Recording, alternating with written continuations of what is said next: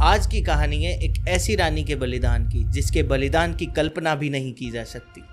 दोस्तों, मैं बात कर रहा हूँ हार्डी रानी की, जिसके बलिदान के किस्से इतिहास के पन्नों में स्वर्ण अक्षरों में अंकित हैं। तो दोस्तों, मेरा नाम है कनिष्क, आप देख रहे हैं अपना राजस्थान। तो कहानी को शुरू करते हैं।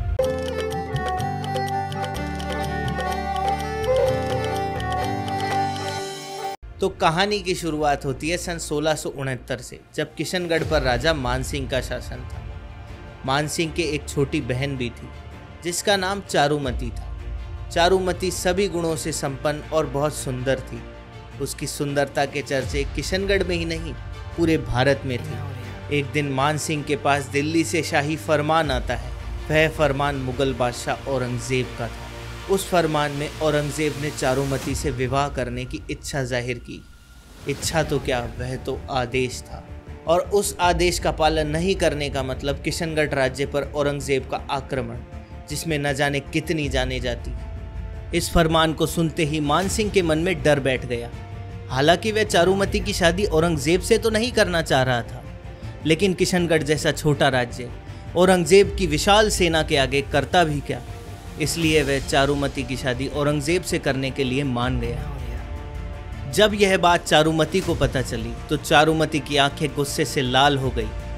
वह अपने भाई के पास गई और बोली, चाहे मेरी जान ही क्यों न चली जाए, मैं औरंगजेब से शादी तो नहीं करूंगी। चारुमती की यह बात सुनकर मानसिंह भी चारुमती को समझाने लगा कि यदि तुमने औरंगजेब से शादी नहीं की तो औरंगजेब हमारे राज्य पर हमला कर देगा, और किशनगढ़ जैसा छोटा राज्य औरंगजेब की सेना के सामने कभी नहीं टिक पाएगा।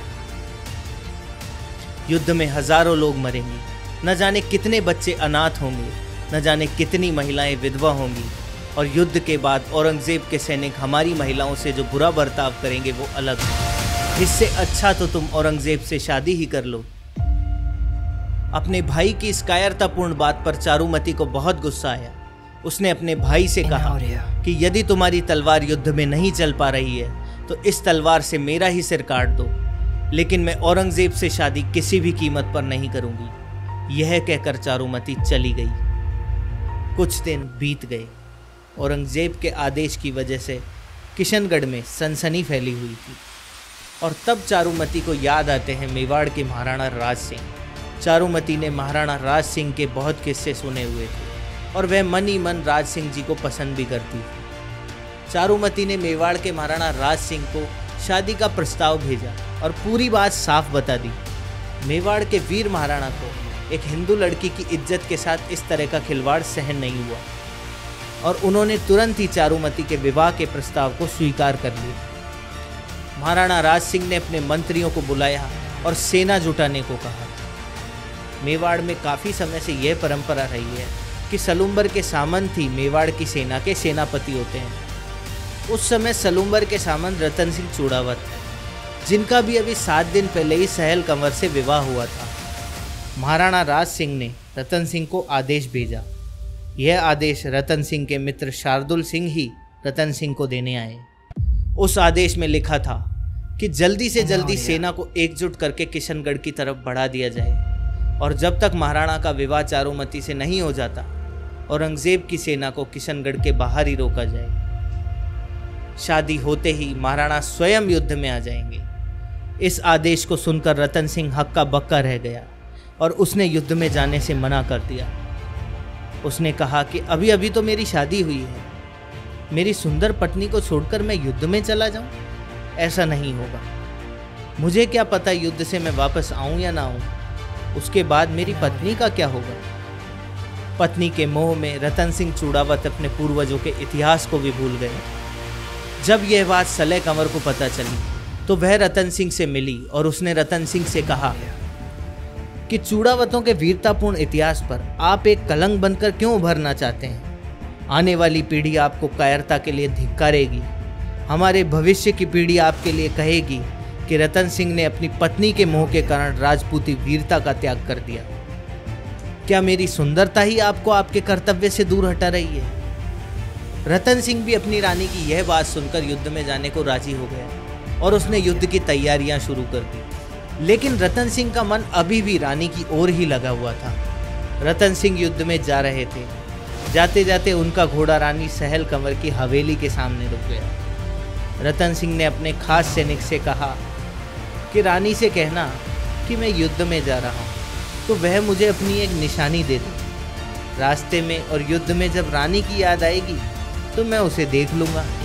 सैनिक राजा का आदेश पाते ही रानी के कक्ष की तरफ दौड़ा दौड़ा जाता है और राजा का आदेश रानी को सुनाता है। यह बात सुन सहल कंवर का मन बहुत दुखी हो जाता है कि रतन सिंह जी के मन में अब भी मेरे प्रति मोह छाया हुआ है। इस तरह राजा किस तरह से अपने युद्ध में कर्तव्य का पालन करेंगे।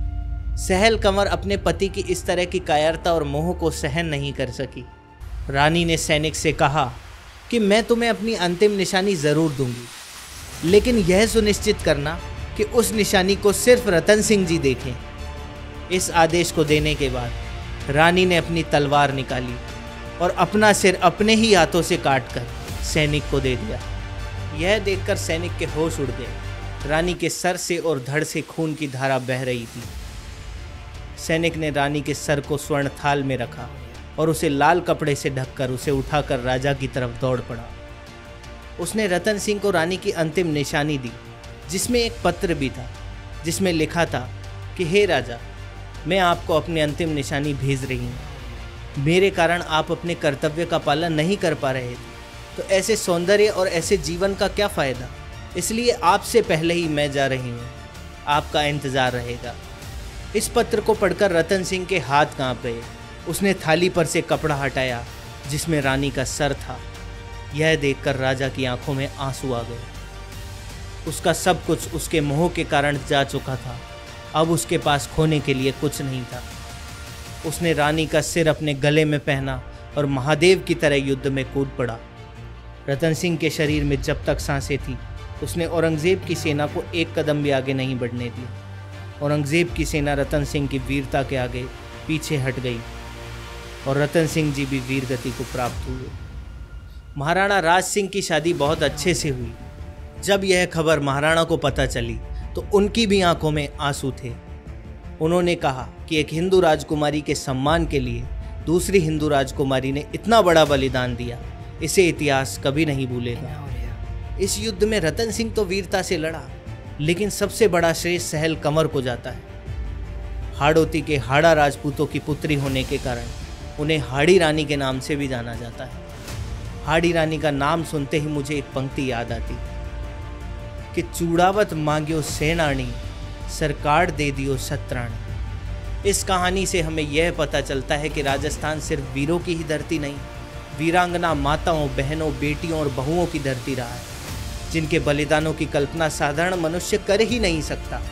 उन्होंने अपने सारे मोह प्रेम छोड़कर मातृभूमि के लिए अपना सब कुछ बलिदान कर दिया। तो दोस्तों, ये थी आज की कहानी। हमारी वीडियो आपको पसंद आई हो तो हमारे वीडियो को लाइक करें। यदि आप हमारे चैनल पर नए हैं तो हमारे चैनल को सब्सक्राइब करना ना भूलें। मुलाकात होगी आपसे अगले वीडियो में। तब तक के लिए जय राजस्थान, जय भारत।